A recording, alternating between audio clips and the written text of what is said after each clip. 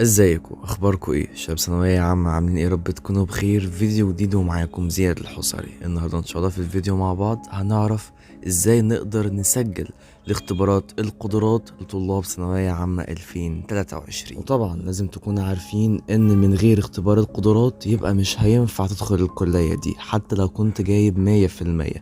الكليات اللي هي اختبار قدرات فنون تطبيقيه والجميله والتربيه الموسيقيه والتربيه الفنيه. فيلا بينا كده من غير كلام كتير نعرف هنعمل ايه في اختبار القدرات. بس قبل اي حاجه متنساش تعمل اشتراك في القناه عشان هستفاد جدا معايا ان شاء الله يا طالب ثانويه عامه لحد ما نوصل للجامعه مع بعض. يا ترى ايه هي الاوراق المطلوبه اللي انا هكون محتاجها في تقديم لاختبار القدرات؟ اول حاجه طبعا رقم الجلوس بتاعك. رقم الجلوس مهم جدا جدا، وكمان لازم تصوره نسختين على الاقل لكل اختبار من اختبار القدرات اللي انت حابب تعمل فيها الاختبار. يعني لو انت حابب تعمل مثلا اختبارين قدرات في كليتين مختلفتين زي فنون تطبيقية وفنون جميلة، تطبع رقم الجلوس صورتين او نسختين. لو انت عايز تعمل في كل الكليات اللي فيها قدرات اعمل كده، مفيش اي مشكلة.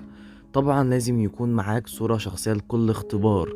عدا اختبارات قدرات التربية الرياضية مكتوب قدامنا هنا والتي تتطلب صورتين شخصيتين بالنسبة للطلبة الراغبين في أداء هذه الاختبارات. طيب معنى الكلام الكبير ده ايه بالظبط؟ يبقى اي اختبار انت هتجيب صورة شخصية بس، لكن لو انت هتقدم في كلية تربية رياضية الكلية دي بالذات عايزة صورتين شخصيتين. قبل ما نخش على الموقع بتاعنا حابب أكد عليكم من تاني إن الاختبارات دي مهمة جدا جدا وشرط أساسي في دخولك الكلية. يعني من غيرها يبقى مش هتخش الكلية دي حتى لو كنت جايب 100%. هنخش على الموقع ونختار شهادة الثانوية العامة وندخل رقم الجلوس والرقم القومي بتاعنا والكود اللي موجود في الصورة عندنا. طبعا الموقع ده هسيب لك اللينك بتاعه في الديسكريبشن تحت وفي أول كومنت. اول ما بتضغط تسجيل بيفتح لك سايت جديدة بيكون مكتوب فيها كل الكليات المتاح انك تعمل فيها اختبار قدرات، سواء فنون تطبيقية، فنون جميلة، فنون عمارة، تربية موسيقية، تربية نوعية، تربية رياضية. اختار اللي انت عايزه. عايز تختار كلية واحدة مفيش مشكلة، تختار كل الكليات تعمل فيهم قدرات مفيش مشكلة، بس هتدفع كتير شوية. تختار كليتك وبعد كده تضغط في الاخر على حفظ وطباعة الايصال اللي موجودة تحت علشان تحفظ التغييرات اللي انت عملتها في السايت بتاعك. خدوا بالكم السنة دي تم إلغاء اختبار القدرات لكليات التمريض ومعاهد الفنية التمريض وكمان كليات الإعلام، فمحدش يستغرب لو لقى قدامه هنا دول موجودين في الاختيارات. السايت ده كان قديم شوية فمفيش أي مشكلة، وإحنا هناخد المثال بتاع كلية التمريض على الفيديو بتاعنا النهاردة. فيلا ما ننساش نعمل حفظ وطباعة الإيصال، ويلا بينا نشوف هنعمل ايه مع بعض.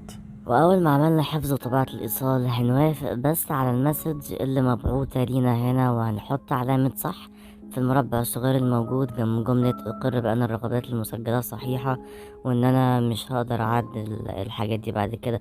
المهم الاختيار ده اجراء روتيني جدا، فحط علامة الصح دي هنا في المربع بتاعك، مفيش اي مشكلة، واضغط موافق علشان نشوف الخطوة اللي بعد كده هنعمل فيها ايه. عايزكم تركزوا معايا شوية في السايت اللي قدامنا دي لأنها مهمة جدا ومن غيرها مش هتعرفوا تعملوا حاجة. السايت اللي معانا هنا هيظهر لك فيها الإيصال بتاعك واللي موجود فيه الميعاد واسم الكلية اللي انت ان شاء الله هتعمل فيها اختبار القدرات بتاعك. وكل طلاب طبعا هيظهر لك الكلية اللي هو موجودة في المحافظة بتاعته. يعني مثلا لو انت من دمياط هيجيلك فنون تطبيقية دمياط، هيظهر لك في المكان اللي موجود قدامك. طبعا عشان تتأكد ان معلوماتك داخلة صح، تتأكد من رقم جلوسك ان هو مظبوط، الرقم القومي، اسمك، الشعبة بتاعتك علم علوم او علم رياضة. وطبعا هتطبع الايصال ده مهم جدا، لازم تروح وهو معاك.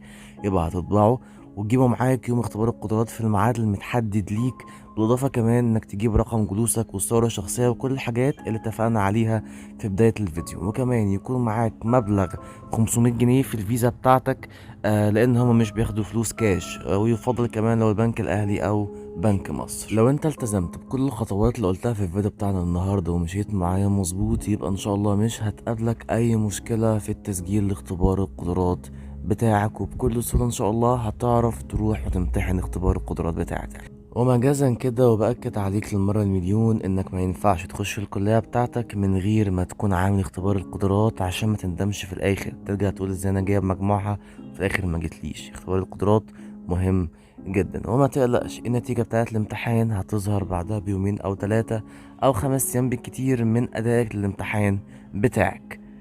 اخر حاجة حابب اقولها لك كمان ان شاء الله متاح انك تسجل على الموقع بتاع الوزارة من يوم السبت 15/7 لحد يوم 27/7. بعد كده للأسف الموقع مش هيكون متاح والكلية هتروح عليك. فانا عايزكم الفترة اللي جاية تستغلوها في انكم ان شاء الله تقرأوا كتير عن الاختبار اللي انتوا داخلينه في الكلية بتاعتكم بإذن الله، ويكون عندك كل المعلومات الكفاية عنه عشان ان شاء الله تنجح وتعدي في الامتحان بتاعك وتحقق كل ما تتمناه.